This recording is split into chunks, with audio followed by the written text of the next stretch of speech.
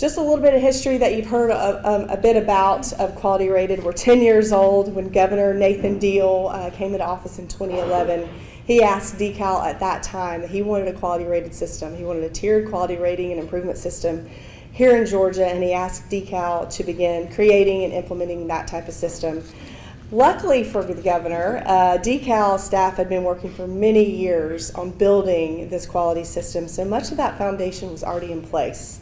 When I came to DeKalb just a few years later, we call Quality Rated in its toddler phase. When I came in 2014, although it officially launched in 2012, and the numbers were really ramping up when I came on board in 2014. We had about 400 programs that were rated, so that's good. Not so good as 3,000, but that's good.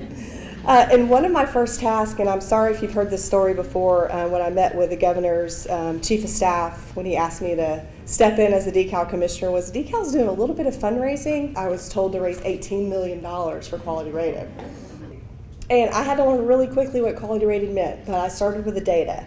And we wanted to make sure funders understood why we were asking for philanthropic dollars. We have state dollars, we have federal dollars, but why did we need $18 million in private dollars? Because quality cost.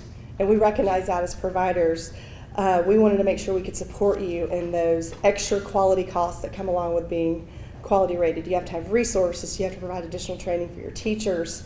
And the state can provide all of it, so that's why we needed the philanthropic support, especially for resources for equipment and supplies and materials and those things like that sometimes we forget about. They're really important to have those tangible things in your classroom. Luckily, many funders around the state responded very generously because they recognized that their contributions would have economic and social impacts on children and families, and we did raise $18 million.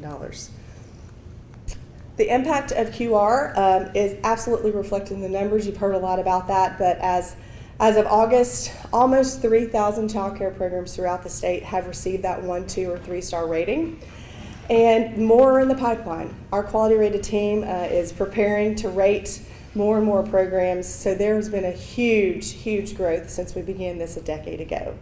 We also conducted a Quality Rated validation study. At DeKalb, we really like to make sure what we're doing is having an impact on providers and children and families. And our partners at Child Trends, who did this research for us, have given us those results, and it says clearly that Quality Rated does have impact on overall quality and on child outcomes.